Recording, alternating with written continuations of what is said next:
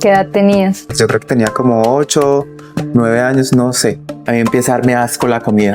Y mi mamá siempre me decía, ella siempre me preguntaba, ¿algo le pasa? ¿Le han hecho algo? Sí, porque de ese momento a mí me apagaron. Nunca dije nada. O sea, hay una tienda que me venda lo que él me quitó. Mi abuelo era mi héroe, entonces yo lo veía él como esa figura de que nunca tuve un papá, pero estaba él. Le digo, mami, perdóneme. Hay momentos en la vida e historias que son muy dolorosas de procesar, de hablar, de contar, y más aún cuando hablamos del abuso. Tantas personas que viven el abuso y en la connotación más fuerte en soledad. Nos lleva a pensar, a cuestionarnos, a replantearnos como sociedad y como individuos por qué el abuso sigue siendo tan normalizado en nuestra sociedad, por qué en tantas familias todavía es un secreto y un tabú. Es una pregunta que aún nos hacemos todos y lo compartíamos unos minutos antes de empezar. Hoy nos acompaña Julian, un artista innato, y nos va a compartir su historia. Julian, bienvenido a nuestro podcast. Sabes que estás en un lugar seguro, es en una conversación, vamos con mucho respeto y me siento honrada que puedas compartir hoy tu historia junto a nosotros. Silvia, muchísimas gracias por la invitación. Soy yo el que se siente afortunado de estar acá, compartir obviamente mi historia y todo lo que pues me ha llevado o lo que me ha ayudado a llegar hasta acá. Entonces, gracias de mí para todos ustedes, de verdad. Julian, cuéntanos un poco de Julian, ese artista. Cuando llegabas, yo te dije desde que nos conectamos tu energía, o sea, llegó Julian. Yo creo que en las cámaras se siente esa energía también. Tienes una luz que se siente a kilómetros. ¿Cómo crece Julian? Genera ese impacto desde que era muy pequeño. Cuéntanos un poco de ti. Bueno, pues gracias por verlo. Es algo en lo que he trabajado demasiado, el ver en mí lo que las otras personas ven, ¿sí?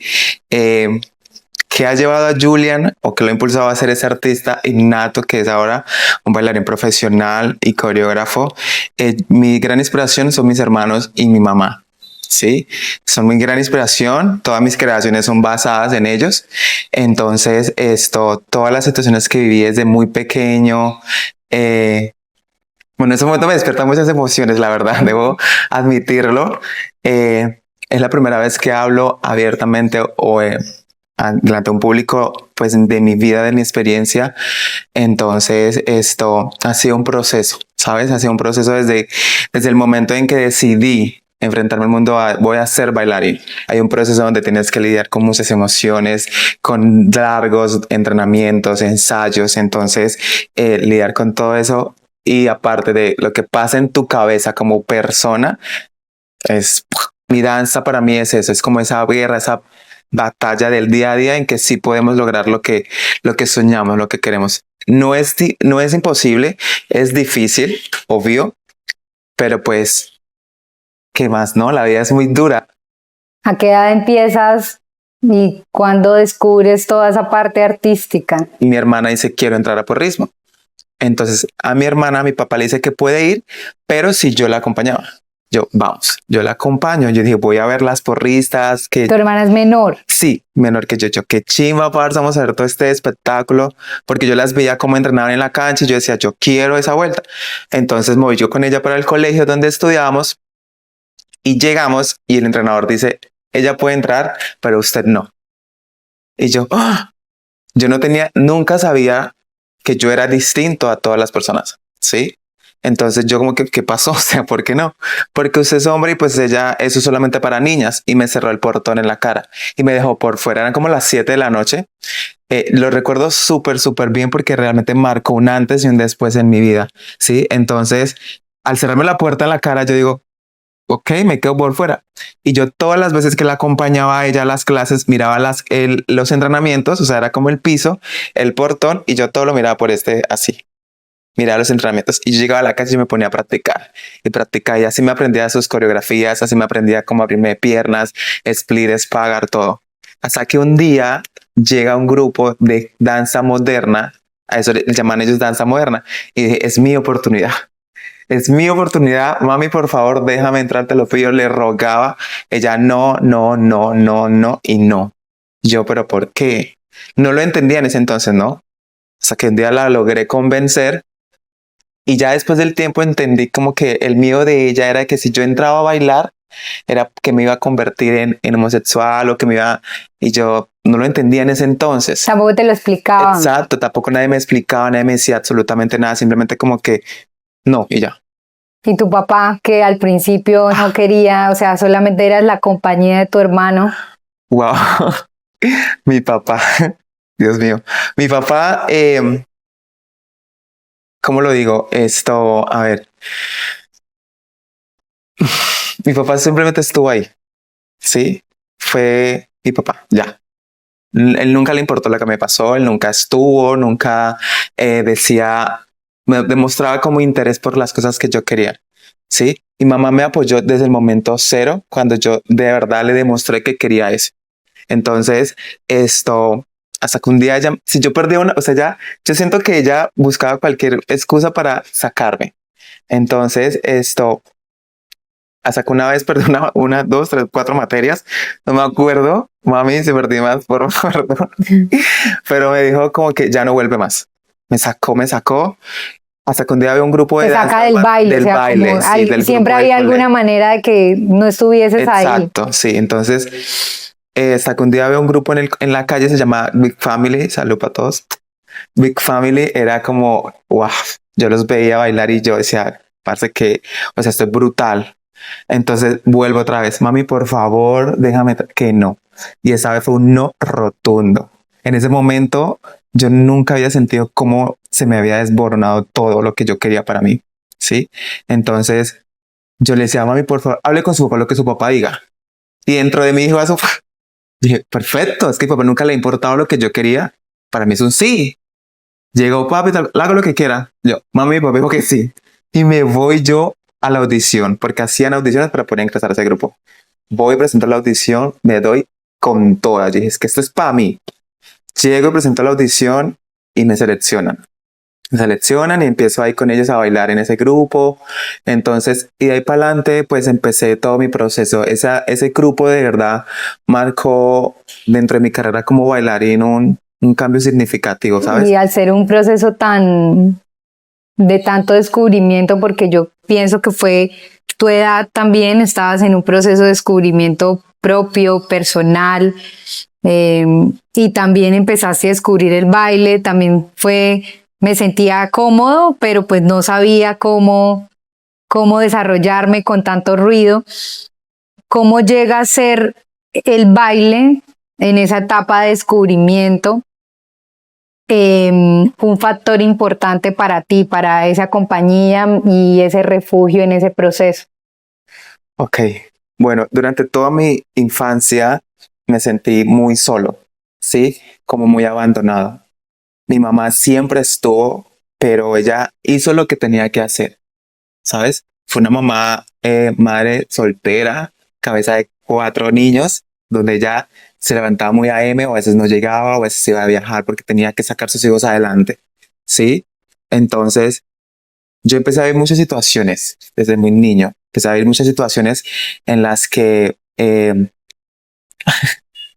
muchas situaciones en las que yo no entendía el por qué me estaban pasando. Yo no las buscaba, yo simplemente, yo estaba ahí. Llega un punto en el que yo decía, me puedo devolver por donde ¿Puedes vine. compartir con nosotros qué situaciones pasan a esa edad donde tú cuestionas eso que vives? Claro. Bueno, eso inicia porque es donde tengo uso de razón. Pasaron muchísimas veces, pero puedo hablar puntualmente de eso porque de eso me acuerdo perfectamente. Todo inicia, nosotros vivíamos con mi mamá en un pueblo que se llama Sabana de Torres, ¿sí? Y teníamos unos vecinos que eran evangélicos, cristianos, yo no sé, eran súper entregados a la iglesia. Entonces y a mí me gustaba jugar con los hijos de ese señor. Un día yo quedo solo en la casa y llega el señor a tocarme la puerta. Sí, entonces él llega y yo le abro. Pues mi papá le tenían confianza. Digo mi mamá porque en ese entonces no recuerdo bien si mi papá estaba. Esto, que llegó a buscar azúcar. Yo sí, claro, ya le él entra.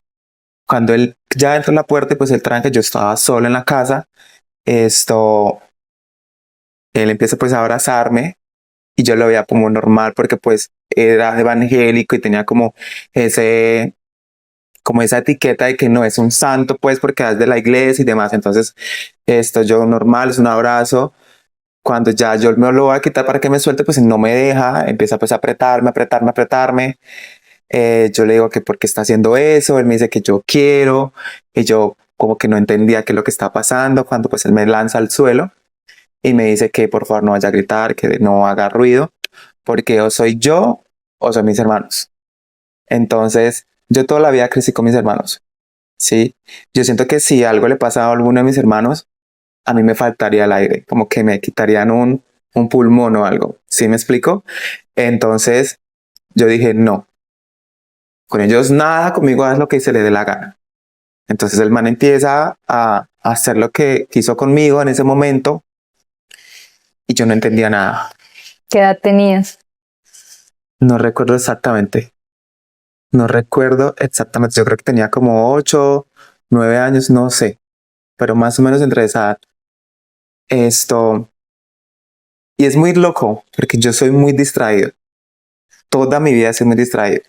Entonces a mí las cosas, si no son importantes, se fue. ¿Sí? Pero yo a veces me pregunto por qué eso no he sido capaz de olvidarlo si tan distraído que soy. Y eso está ahí, o sea, es que está ahí tan marcado. Entonces, y así una y otra vez empiezan a pasar esas situaciones. Y era muy duro porque yo tenía que verlo todos los días, cómo él hablaba con mi mamá, cómo él se acercaba a mis hermanos. Entonces, yo empecé a enfrentarme a las consecuencias de lo que esa situación traía para mí. Yo empecé a dejar de comer porque cuando pasa el primer abuso, a mí empieza a darme asco la comida, empieza a darme asco las personas. Yo me sentaba a comer y yo no podía. Y mi mamá siempre me decía, ella siempre me preguntaba, ¿algo le pasa? ¿Le han hecho algo? ¿Qué le pasa? ¿Qué tiene? Ella vio que algo cambió en ti. Ella vio que algo cambió en mí porque honestamente, o sea, lo que tú dices, la luz que yo tengo, la energía, yo la tuve que volver a recuperar. Sí, porque de ese momento a mí me apagaron. Yo desde ahí yo no volví a hablar, yo no socializaba, era yo solo, súper aislado de todo el mundo. Entonces, yo empecé a ver esas situaciones tras una, tras otra. Recuerdo una vez que nos llevó a mi hermano y a mí a una finca que él tenía con los hijos de él. Y él me aparta de todos y los deja a ellos allá y me lleva con él a como a un monte, ¿sí?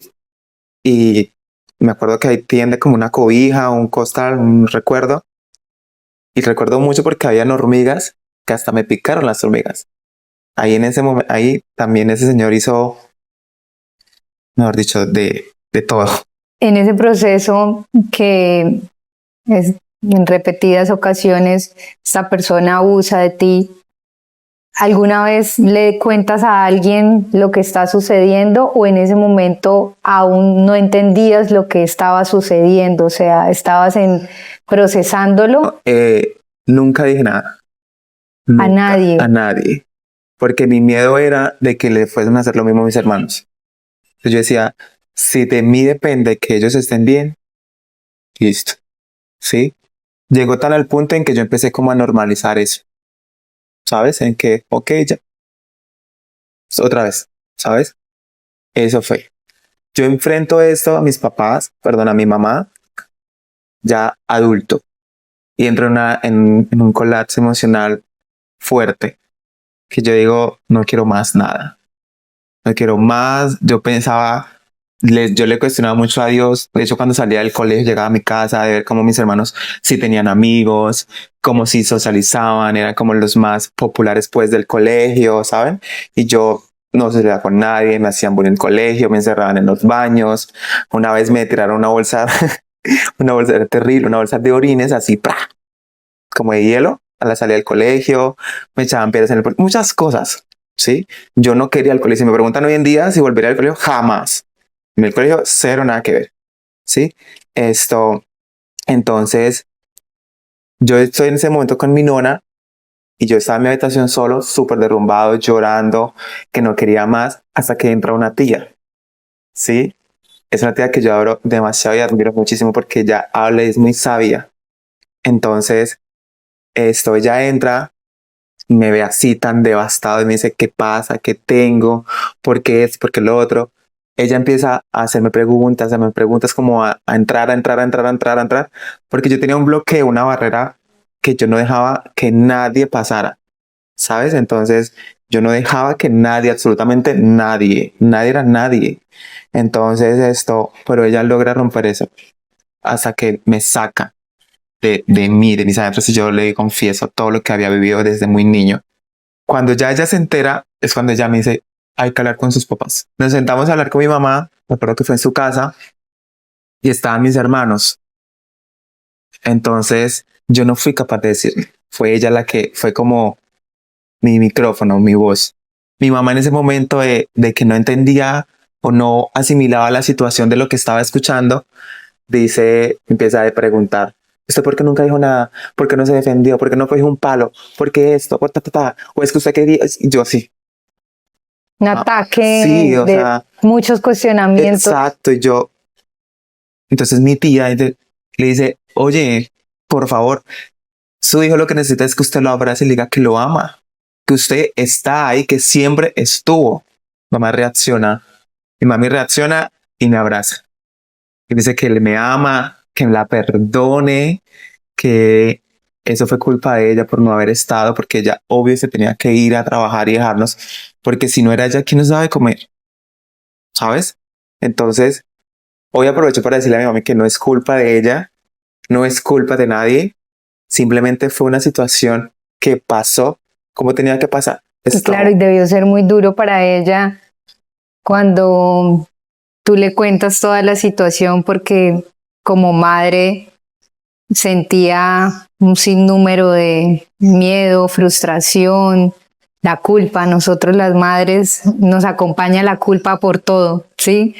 Que tenemos en nosotros como una responsabilidad y tan interna de que todo lo que suceda tenemos participación activa y es nuestra responsabilidad.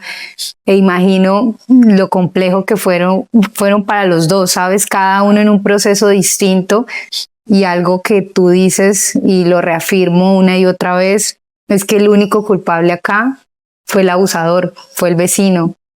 Él es el único culpable. Sí, total. Tú eras un niño y estabas en tu actuar de niño, no tenías ningún tipo de herramienta y el abusador se aprovecha de eso, por eso son abusadores. Y tu mamá estaba cumpliendo en un rol de madre, desempeñándose en sus labores, en su trabajo. Entonces, a veces como sociedad y como madres creemos que la culpa hace parte es de nosotros, pero realmente el único culpable siempre va a ser el abusador. O sea, ustedes dos hacen parte de una ecuación, pero que son los sobrevivientes en este caso de ese contexto tan absurdo y algo que tú dices y lo charlábamos y es el perfil del abusador, ¿sabes? Tú dices un vecino donde tenía las puertas abiertas, donde dices en un paseo va con nosotros, con sus hijos, o sea, una persona que quería llevar esos momentos agradables a sus hijos y los invitaba a ustedes, pero todo era calculado y fríamente planeado por un adulto con pensamientos completamente desdibujados, enfermos, y ahí volvemos al mismo y cómo se veía públicamente, ¿sabes? Pasa mucho tiempo después que tienen esta conversación con tu tía, que es la portadora, y los lleva a ustedes como familia a hablar de algo que habías vivido en soledad, en silencio.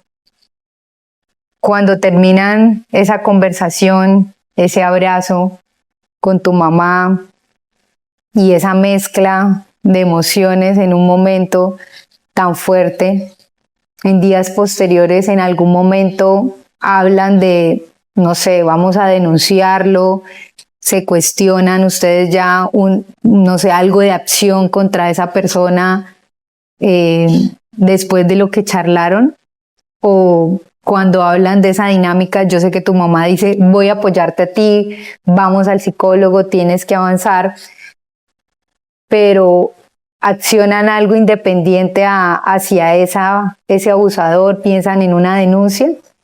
Eso sí. Cuando eso, yo estaba en la universidad y en la universidad empiezan los gastos triplicados. Busca alimentación, materiales, paga semestre, paga aquí, que la protecas por allá. O sea, y entro yo en ese proceso como, plata aquí, plata para allá, busque, rebusque. Y yo, mami, no sé qué hacer, de dónde saco dinero. Es que un día me dice ella, yo voy a ir a Sabana con su tía. No con esa tía, sino con otra tía, una hermana de ellas.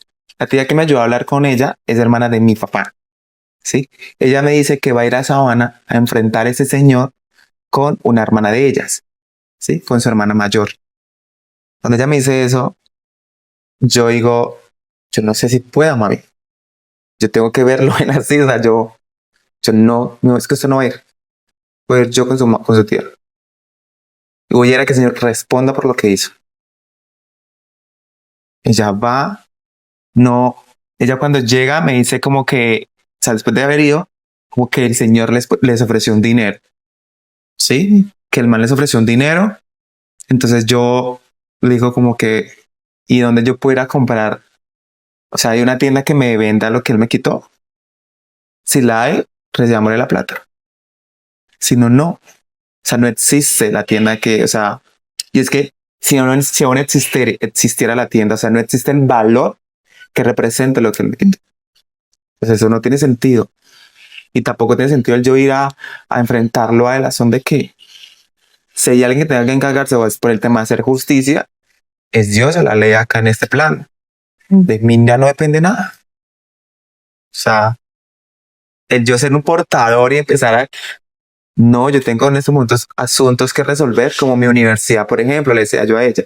Entonces yo empiezo ya a entrar en esa convicción de tengo que enfrentar mi realidad, tengo que salir de esto. Si puedo enfrentarlo cuando estaba más pequeño, ¿por qué no ahora? ¿Sabes? Entonces yo le dije, suelta eso, ma. Si quieren denunciarlo, ahí está la ley. Pero ya no hay pruebas, no hay nada que pueda demostrar lo que él me hizo, porque ha pasado muchísimos años. Entonces eso no, o pueden hacerle, creo que le abrieron una investigación allá en el pueblo, esto, porque obviamente yo no sé, uno no sabe si aparte de mí, a cuántos niños más no habrá abusado. Entonces yo creo que sí le abrieron algo allá, una investigación, la verdad, no tengo idea lo que pasa con esa persona en este momento, si existe o no existe, la verdad, no lo sé. Claro, era una manera de, tú en ese momento tomas la decisión de quiero seguir, quiero enfocarme en lo que estoy, y si vamos a hacer algo legal, como que encárguense, pero yo no quiero saber Exacto. absolutamente nada de eso, y también es válido cualquier decisión que se tome respecto a eso. Entras a la universidad, el colegio para ti fue como no volvería a repetir si me dijeran devolvamos, porque fue demasiado pesado a nivel social, emocional, todo lo que vives. Pero cuando llega a la universidad, ¿cómo es ese ambiente universitario para ti? ¿Con qué te enfrentas? Bueno, la universidad fue todo lo contrario, la verdad. O sea, el colegio fue súper traumático y caótico para mí. Yo me inventaba en el colegio, de hecho, a mi mamá le decía, me duelen las piernas, tengo fiebre, me para no ir. Ella, así usted esté en silla de ruedas, va al colegio, pues usted saca eso para adelante, me decía ella. Entonces, y hágale. En la universidad pasa todo lo contrario, porque en la universidad, yo llego a la universidad gracias a la danza. Eso es lo que te decía al principio, todo lo que tú veas en mí es danza. Todo lo que yo lograba es gracias a mi baile, a mi danza, ¿sí? A la disciplina que he tenido por eso. Entonces llego a la universidad porque tenía una amiga que me dice, Julia, en la universidad esto van a hacer las inducciones y esto, y la profesora que quiere llevar a tus bailarines para que hagan un show en la inducción. Yo, ¿cuánto pagan? Yo decía, dinero, dinero, yo necesito dinero por todos lados. Yo, bueno, vamos a hacerle. Listo, vamos. Llegamos y hacemos el show y la profesora, que la adoro muchísimo, fue como un ángel para mí. Esto, le quiero mandar un saludo, profe Elsa, love you. Esto, ella queda fascinada conmigo. Desde ese momento fue como que hizo, venga usted para acá. Entra a esta universidad porque usted va a ir con nosotros a representar la universidad en todo el país. Y yo, amiga, dinero no tengo, o sea, esta universidad es carísima. No se preocupe. Y yo, no, sí me preocupo porque es que, o sea, ¿cómo hago? Entonces vamos a averiguar cuánto es la inscripción, todo, ta, ta, ta, ta. Ella me dio para pagar la inscripción, ella me matriculó, matriculamos materias y arranqué. Y arranco yo el semestre con todo. Y yo el ¿Y en primer qué entras a estudiar? entro a estudiar licenciatura en educación física, recreación y deportes. Esto, entro yo con todo. El primer semestre, todo maravilloso. Arco iris por todos lados, unicornio, o sea, divino. Segundo semestre, ¿cómo hago? ¿De dónde saco para matricular el segundo semestre? Y empiezo yo el proceso. Logré matricular gracias a la ayuda de ella también. ¿Sí? Ella me dice, déjeme clase acá, vaya, haga esto, haga aquello, pa, pa, pa, pa, pa, pa, pa. Yo empiezo a hacer su mano derecha en todo. Cuando empezamos ya a viajar por todo Colombia prácticamente, bailando, ¿sí? Representando la universidad. Entonces, empiezo a vivir todo ese proceso, todo eso de wow, de en la universidad nadie ve sino como yo realmente soy. Julian, tú eres increíble, tú eres brutal, tu personalidad me encanta. Empiezo ya a descubrirme, ¿sabes? En la universidad, a saber realmente quién soy. Entonces, al ver de no una aceptación ni una aprobación, sino tú existes, ¿sabes? Porque a veces las personas dicen como que tenemos que aceptarlo, no, es que aquí nadie tiene que aceptar a nadie. Simplemente es ver que la gente está ahí y respete. ¿Saben? Entonces, el yo ver eso en la universidad, en que a nadie le importaba yo quién era, a nadie le importaba yo lo que hacía, sino el que yo estaba ahí, ¿sí? Entonces, y que yo resaltaba porque soy yo. Entonces, eso era muy hermoso. Entonces, ya empiezo yo a vivir por ese lado, todo súper bien a nivel social. En cuanto a lo económico, empiezo el caos total de mí, o sea, una locura porque yo en la casa, a pesar de que mi mamá no, o sea, económicamente éramos de muy bajos recursos, mi mamá nos daba lo que necesitábamos, ¿sabes? Mami, ella siempre su estreno para el 24, el 31. Mami, se me acabó el borrador y el lapicero, tome.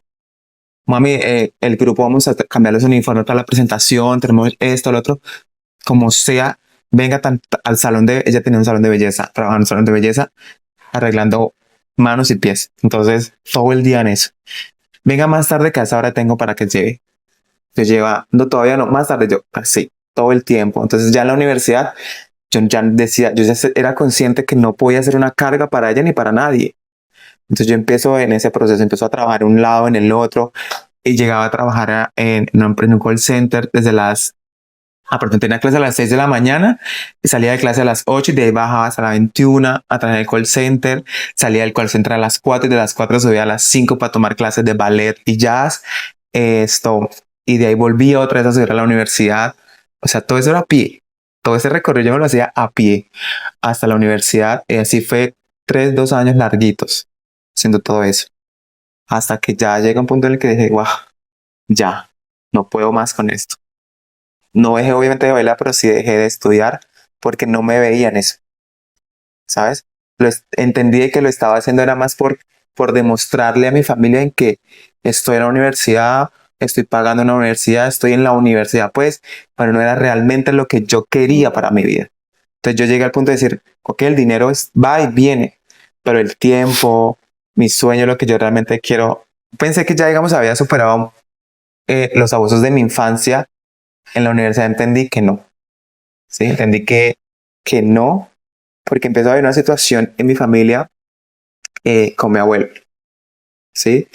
Esto, mi abuelo ya estaba muy enfermo, estaba ya muy mayor y yo estaba en la universidad, entonces, pero pues mi abuelo durante toda mi infancia, él fue como esa figura paterna que nunca tuve. Nosotros nos sentábamos todos a almorzar y él le daba su bocadito de la misma cuchara a sus nietos y nos sentábamos todos sus nietos con él a ver películas, o era ese abuelo que tú te sentabas y escuchabas las historias que él de toda su vida de una película. Entonces yo nunca tuve ninguna razón para desconfiar de él, nunca tuve ninguna razón para decir mi abuelo es una mala persona, nada. Sus hijas sí, porque pues vieron muchas cosas con él, de violencia, como intrafamiliar y esas cosas. Entonces Pero ya en el rol de abuelo en el rol de era abuelo, o sea, incondicional. exacto, mi abuelo era mi héroe, entonces yo lo veía él como esa figura de que nunca tuve un papá, pero estaba él. Sí, él me enseñó a montar bicicleta, él me enseñó a hacer muchas cosas en su taller de bicicletas. Yo crecí con esa, y para todos mis primos y mis hermanos, mi abuelo fue como ese papá, como ese que él estaba ahí. Cuando yo me llevo a ese otro lado de la moneda, sí, en la que me enfrento con él, fue como un choque, no sé cómo poder explicarlo, lo que sentí, lo que vi en ese entonces, cuando me lleva a entender de que realmente no había superado muchas cosas que yo creí que había superado. Una vez, él vivía con una tía, una de sus hijas, y mi mamá todos los días les llevaba el almuerzo, ¿sí? Un día me dice, Julian, llévele el almuerzo a su abuelo. Pues yo, en repetidas ocasiones, subí y le llevaba el almuerzo. Una vez particular, un día especial, subo y él está viendo películas, ¿sí? A él le gustaba muchísimo ver las películas de, ¿cómo se llama este? De Cantinflas, todas esas películas mexicanas. Entonces, yo le llevo su almuerzo y yo me siento en la sala y pues el almuerzo se va para su habitación. En ese momento, pues él me llama a su habitación, que venga, miramos una película. Yo entro, pues a ver la película, y resulta pues que no era la película que yo esperaba, sino era una película, pues explícita, ¿sí? Entonces yo le digo, que abuelo, pues ¿para qué va a ver eso? A mí no me gusta ver eso, quitemos eso, ponga una de Cantinflas. No, a mí me gusta eso. Yo como estaba sentado en la cama, cuando yo me paro, pues él se me para enfrente. Y él me dice, yo sé que usted quiere.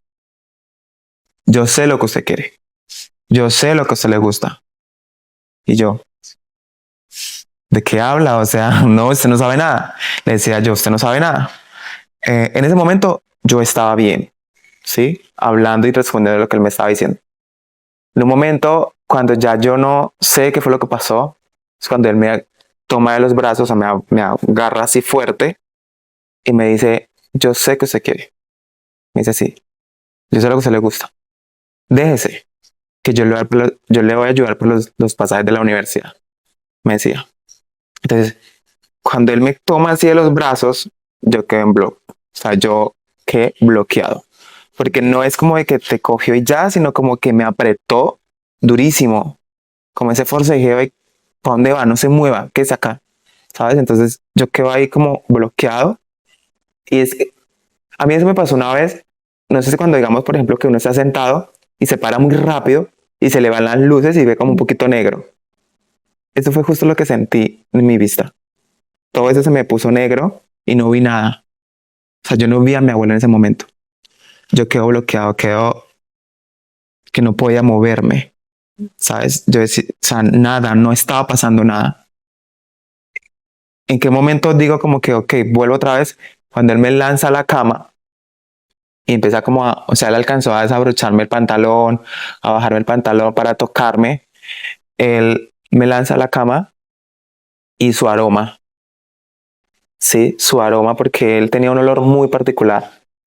Entonces ahí es cuando yo reacciono y forcejeo con él y lo quito, ¿sí?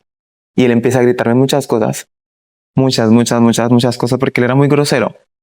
Sí, empieza a gritarme muchas cosas y yo, cuando ya yo soy consciente de ese momento que él es mi abuelo, yo me pongo a llorar. Yo le decía que por qué hacía eso, si es que él era como mi papá, ¿sabes? Que durante mucho tiempo él me defendió, nos dio de comer, nos salvó a mí y a mis hermanos. No entendía por qué estaba haciendo eso. Entonces, y él seguía insultándome, y que por favor me dejara, que él me iba para los buses, y yo no entendía todavía. Yo me salgo corriendo por mi casa, llego a mi casa, paso una semana en el que yo procesando toda esa información. Mamá me decía, vaya al almuerzo, yo no voy a ir por allá. Hasta que un día yo le digo, la siento en la noche, le digo, mami, perdóneme, perdóneme, la amo con toda mi alma, pero necesito que escuche esto. ¿Sí? Le dije, en ese momento no entendía eso, cómo llamarlo, si fue o no fue. Le digo a ella, mi abuelo, su papá, intentó abusar de mí. Obvio, la gente como que va, o sea, un señor mayor, su nieto, un man pelado adulto, yo era adulto, ¿sí? Que yo le digo eso a mi mamá me dice, ¿en serio, Julia? ¿Mi papá? Le digo, sí, mami, mi abuelo. Mi abuelo, el que todos acá ven como el, porque le decían Hércules, el guerrero, el fuerte, el valiente, el que da la vida y todo por sus hijos y sus nietos y su familia, pues intentó abusar de mí, porque él me tocó sin mi consentimiento. Fue un abuso porque él me forzajeó y él me quería obligar a hacer algo que yo no quería. Mi mamá cuando escucha eso, ella no me dice más nada. Y yo, mami, pero dígame algo. ¿Qué quiere que le diga? Si es mi papá, ¿usted cree que a mí tampoco no me duele? Me decía, ¿se cree que a mí no me duele? Está hablando de mi papá. Y yo, está bien, mami. Pero es que fui yo el que viví esa situación. Yo soy su hijo, ¿sabes? Quedó así esa noche. Empiezan a pasar los días. Días a los que yo me tengo que enfrentar a que él viene su abuelo para la casa. No, pero es que no puede porque no tiene para el bus. Mis hermanos, dígale que venga, yo le pago el taxi. Tus hermanos no sabían No nada. tenían ni idea. No sé si todavía no lo saben o si se van a enterar por medio de este video. No lo sé. Si es así, lo siento, ¿sabes? Pero es mi historia. Llega mi abuelo a su etapa terminal en la que ya se iba, ¿sí? Él dejó de ser mi abuelo desde ese momento. Para mí ya era otra persona, inexistente en mi vida, ¿sí? Porque gracias a todas las situaciones que yo viví, digo gracias porque eso me llevó a crear muchos alter egos en mí, ¿sí? Para poderme proteger, ¿sabes? Entonces, eh, yo comprendí, tengo la capacidad de decir a quién amo y a quién no amo. No porque sea mi mamá, porque sea mi papá, porque sea mi hermano, mi abuela. Tengo que decirle te amo porque no, no, ¿sabes? Entonces, yo tengo la capacidad de decidir en el camino de mi vida quién sí puede ser mi familia y quién no puede serlo. Yo fui el trapo sucio de la cocina de mi familia. Yo todo eso lo solté, lo dejé atrás, ¿sí? Yo lo comprendí, lo veo de esta manera y es de que yo siempre he querido llegar a la cima del mundo y tengo que obviamente subir cada escalón. Y cada escalón tiene sus dificultades, sus puestas en escena que te van a decir o la das o no la das a toda. Pero ese proceso también es muy doloroso, ¿no? Demasiado. Muy demasiado. Muy porque cuando yo vivo esa situación con mi abuelo, él fallece. Él muere y en el funeral, yo voy al funeral, pero yo no voy al funeral por él. Yo voy al funeral porque yo sé que era muy doloroso para mi mamá. Para Yo voy acompañarla a ella. Exacto. Y a mis hermanos. Porque a ellos les dolió demasiado. Demasiado. Llega mi tía, de la que te hablé al principio, la hermana de mi papá, y me dice, ¿usted no ha entrado, papi? Ella no tenía idea de nada. Yo no, tía. ¿Por qué? Y yo no he sido capaz, tía, de verlo. ¡Ah! Papi, pero ¿por qué? Ella impresionada de ver de que todos los nietos que estaban ahí, como lo lloraban, lo amaban, lo idolatraban. Y yo no.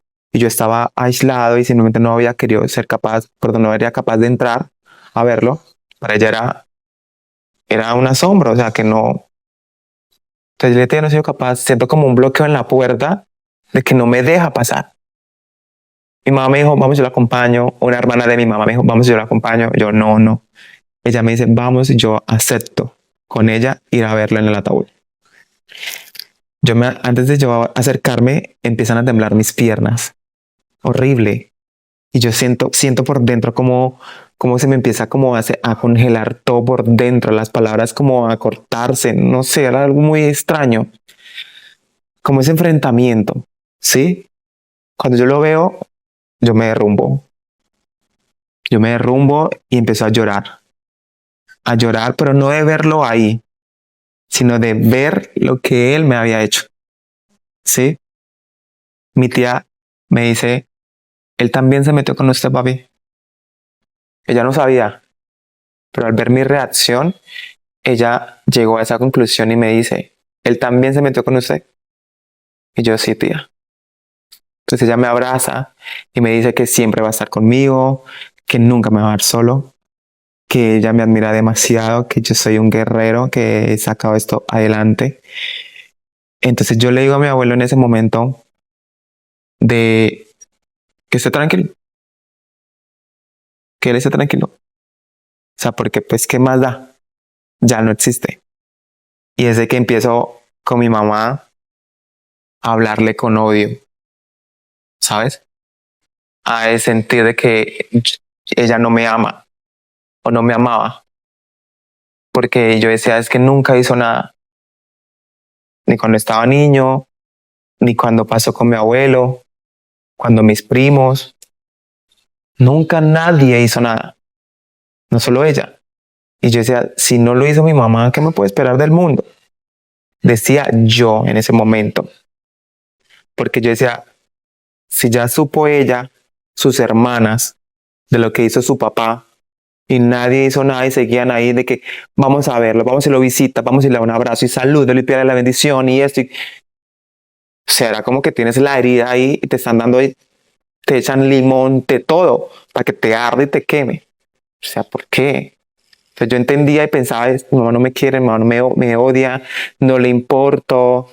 Y yo ella me hablaba, yo le respondía con odio, que fastidian, déjame en paz, ¿sabes? Pero era natural. Era mi reacción. Lo que estabas viviendo y tu reacción era muy normal porque el contexto familiar había normalizado completamente el abuso y se había guardado el silencio y hagamos que nada pasó y aún así te exigían todo el tiempo que tú eras el que debía saludar, dar la bendición, compartir, o sea que todo el tiempo se percibía como si el problema fueras tú y no él. En ese proceso vivo algo que me mató, ¿sí?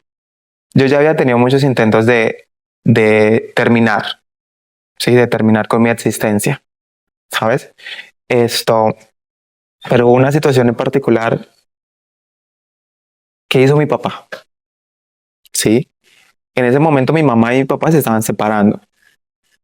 Un día yo siempre he tenido el valor de confrontar a mi papá y decirle sus cosas en su cara, le duela, no le duela, pero yo se las digo como son. O sea, yo le hablo porque él a mí, toda mi infancia, él me trató muy mal, muy duro, ¿sí? Los papás saben tú quién eres. Desde el momento en que tú naces, ellos saben tú qué eres, quién eres, y vas creciendo y te van conociendo más y más y más. Entonces, él en su negación de ver lo que yo soy, él no quería eso. Entonces él me ponía a hacer trabajo forzoso, me maltrataba, me decía palabras muy despectivas, él llegaba contando cosas a la casa con palabras y términos muy homofóbicos. Recuerdo una vez que estaba jugando con mis hermanos, mi hermano mayor y mi hermano menor, los tres, jugando a pelea. Estábamos jugando a pelea y él quiso como que vamos a jugar todos, pero él quería que ya fuese brusco y gritaba y bueno, como hombres, fuerza. Y yo ya no quería hacer eso. Él empieza a forzajearme y como que a ver, pero pegue duro, ponga los brazos así como un hombre, que usted es un hombre, o es que usted qué es eso. Y yo ya no quiero jugar, papi, ya no quiero jugar más. Él entra como, no sé, fue otra persona, yo no sé qué le pasó, y empieza a insultarme, empieza a pegarme, empieza a pegarle patas a la nevera, a la lavadora, empieza a gritarme que me odia. Descontrol. Sí, que me odia, que yo nunca voy a llegar a ninguna parte, que yo nunca voy a lograr nada porque sin la ayuda de él, que, o sea, que yo nunca, nunca, nunca iba a salir adelante prácticamente. Y le digo, usted sabe todo lo que me pasó, porque usted se enteró, todo lo que yo viví desde niño. ¿Usted en dónde estaba? ¿Usted en dónde estaba mi papá? Que se supone que me tenía que defender. Digo me tenía porque yo no pedí llegar a este mundo. O dentro de lo que yo creo, yo no elegí venirme para acá. Ustedes con su responsabilidad planeado o no he planeado me trajeron acá. Háganse responsables de eso. Protéjanme, defiéndanme. ¿Dónde estaba usted? Su palabra era, su mamá era la que se iba y me dejaba. La gente, o sea, las parejas, hombre y mujer que tienen un hijo, creen que cuando la relación se termina, también termina la relación con su hijo. Y no es así. Pues no se desentiendan de sus hijos porque se separan de sus parejas. O sea, no. Eso es lo que él ha sido y ha hecho todavía. Entonces, usted nunca se entendió por nosotros, nunca nos buscó, nunca estuvo cuando yo viví todo eso. Y ahí es cuando yo lo confronto a él y le digo que él sabía todo lo que a mí me había pasado y aún así le hacían falta cosas por saber. A lo que él me contesta y me dice que todo lo que yo había vivido había sido mi culpa.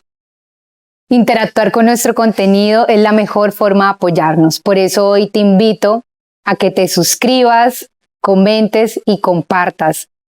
Si en algún momento nuestras historias han resonado en tu vida, es la mejor forma de acompañarnos. Debemos reconocer que siempre el papá y la mamá ejercen un poder importante en lo que nos dicen y aseguran respecto a eso. Entonces estabas tú ya en una confusión y tu papá dice todo fue tu culpa. Yo creo que en ese momento emocional, psicológicamente, en ti es como si hubiesen apagado también algo, ya con la connotación del proceso que tú llevabas. Sí. Y así lo sentías. Así fue, la verdad. Así fue porque ya estaba trabajando en muchas cosas para yo cambiar, para avanzar, ¿sí? Y al escuchar eso de él, que al final del día, pues no ha sido una persona importante en mi vida, pero pues sea o no sea, es mi papá. Y donde yo me pare, donde él se pare, él es mi papá. Punto. Yo lo quiera o no lo quiera, o él me quiera o no me quiera, es mi papá y ya está. Entonces al yo escuchar eso de él, volvió y me tumbó. O sea, yo decía, ¿a son de qué? O sea, ¿yo qué hago acá? Seguía yo en la misma. Vamos, tú puedes. Tú puedes. Y yo ponía, mi papá, ¿por qué está diciendo eso? No, es que mi papá tuvo una infancia muy cruel también. Su papá lo abandonó, su mamá esto. Yo tratando de entender el por qué las demás personas a mi alrededor actuaban de esa manera, ¿sabes? Tratando siempre de ponerme en su lugar, de comprenderlos a ellos y olvidándome de mí. Que al final del día decía y digo ahora, ¿y quién me entiende a mí? ¿Quién puede ver lo que yo viví? Nadie. Solo me tenía a mí mismo. Entonces, empiezo a lidiar con esas emociones, esas situaciones en las que yo decía, no quiero más, quiero más. Una tarde, antes de irme para la universidad, estaba solo en la casa y cogí una cuchilla para cortarme las venas. ¿Sí? No sé si puedo usar esos términos. Sí.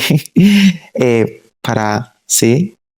En ese momento me llama un compañero de la universidad e interrumpe la situación. Me dice, vente ya para la universidad porque tenemos ensayo, porque hay un show, no sé qué. Yo, ok. ya voy.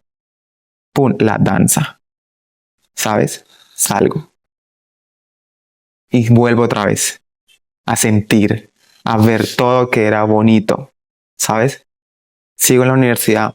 Cuando llegabas a esos espacios, era transformación completa. Total, o sea, demasiado. O sea, yo sentía que me sentía libre, ¿sí? Que nadie, o sea, que no había ningún problema. Entonces, para mí yo siento que si pueden decir que si Julián tiene vicios o lo que sea, ese es mi vicio, La ¿sabes? danza. Exacto. Entonces, yo empiezo a ver todo súper bien otra vez y vuelvo y recaigo. Vuelvo a recaer en la depresión. Digo que depresión, yo no sabía que estabas padeciendo eso. Tenía ataques de ansiedad, yo no lo sabía. ¿Sí? Entonces, cuando tengo una visita en la casa de uno de mis primos, sobrino de mi mamá,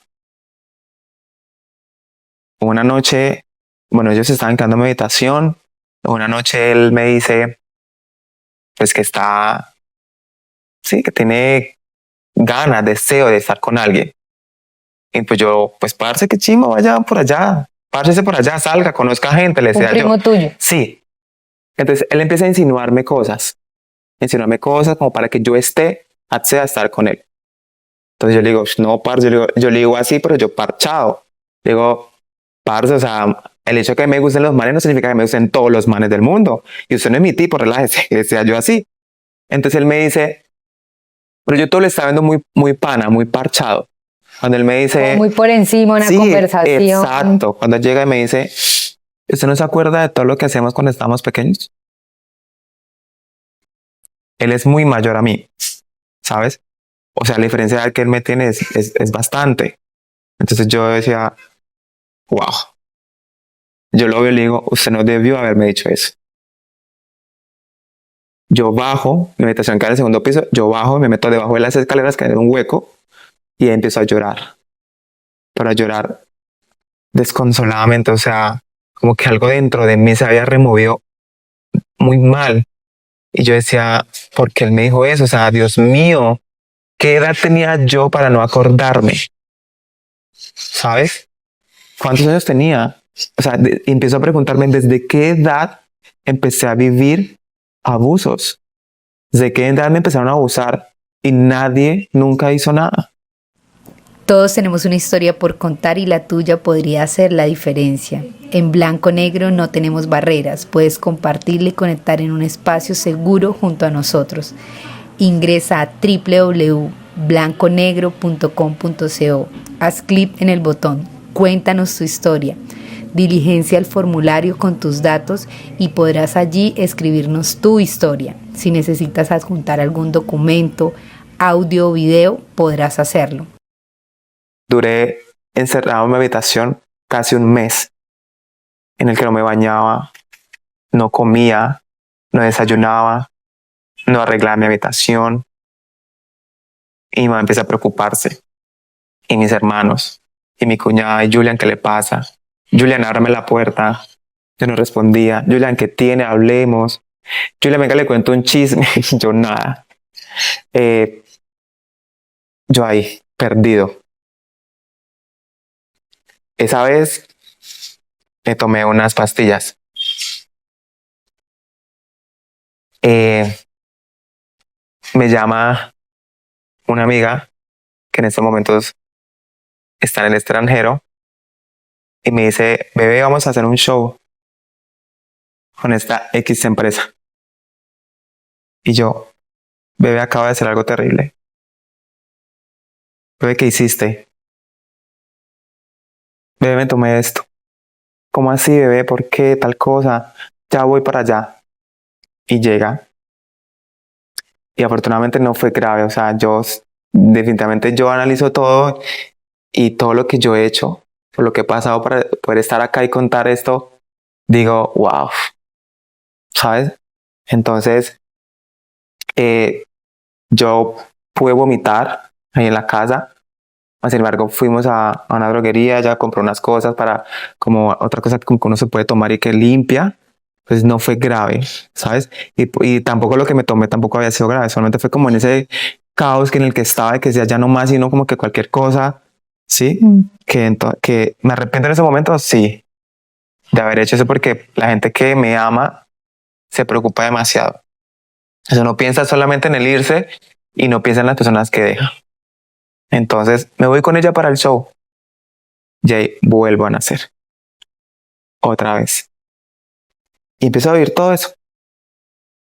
Y conozco personas maravillosas en mi vida, como lo fue mi profesora de baile en la universidad, como fue mi amiga, que amo demasiado, demasiado, que próximamente lo vamos a ver.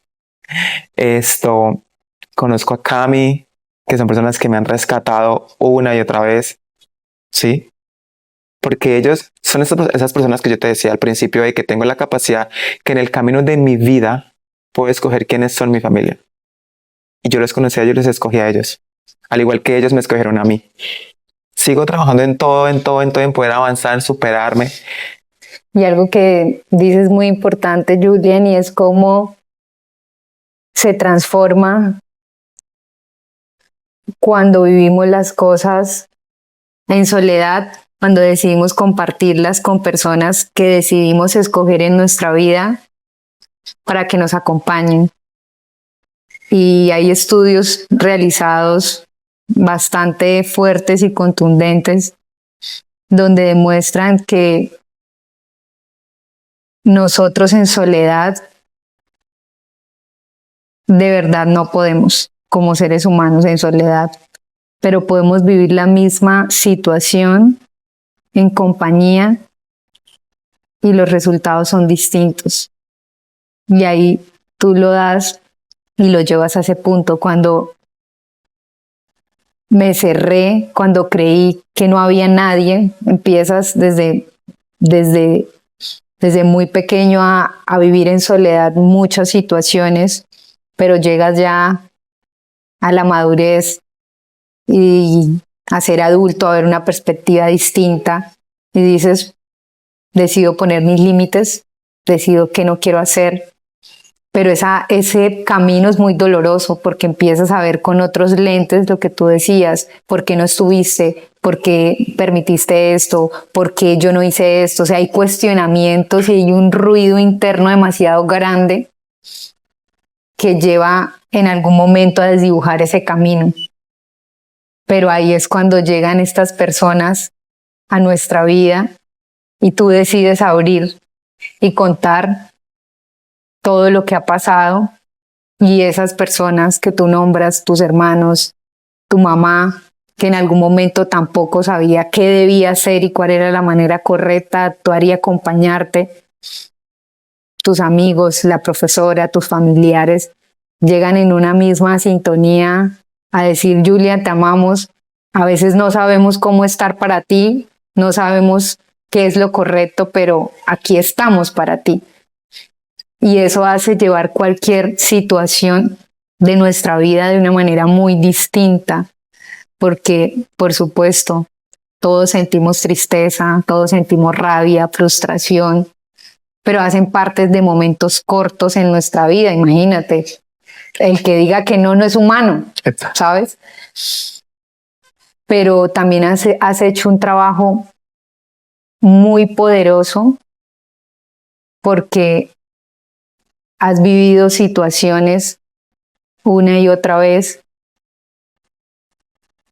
de abuso y el abuso nos lleva a crear ciertos mecanismos y cuesta las relaciones, cuesta abrirme, cada vez se encierra más en la soledad porque son los mensajes y más cuando ha habido un abuso infantil, nos lleva a creer que estamos solos y nadie entiende lo que pasa. Y eso es algo no consciente, eso es algo que queda ahí guardado. Sí. Y que a veces no entiendo por qué me comporto de esta manera, a veces no entiendo por qué me encierro tanto, a veces no entiendo por qué veo al mundo como en paralelo a lo que yo estoy o no me siento que pertenezco a, pero es esas mismas secuelas que ha dejado el abuso y que tú de manera consciente has luchado, porque es prácticamente una lucha entre las secuelas y en lo que realmente es correcto para mí, has sido en ese camino y estás en ese camino.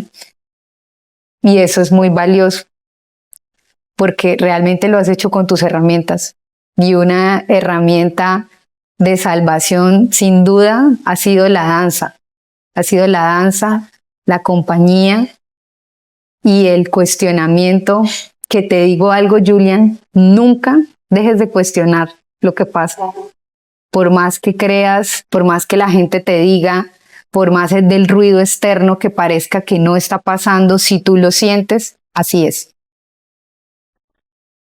Te agradezco mucho por compartir tu historia, por hablar desde lo más profundo de tu alma, por compartir momentos, por revivir situaciones que no son para nada fácil, ni siquiera describirlas, ¿sabes? Y hablarlas.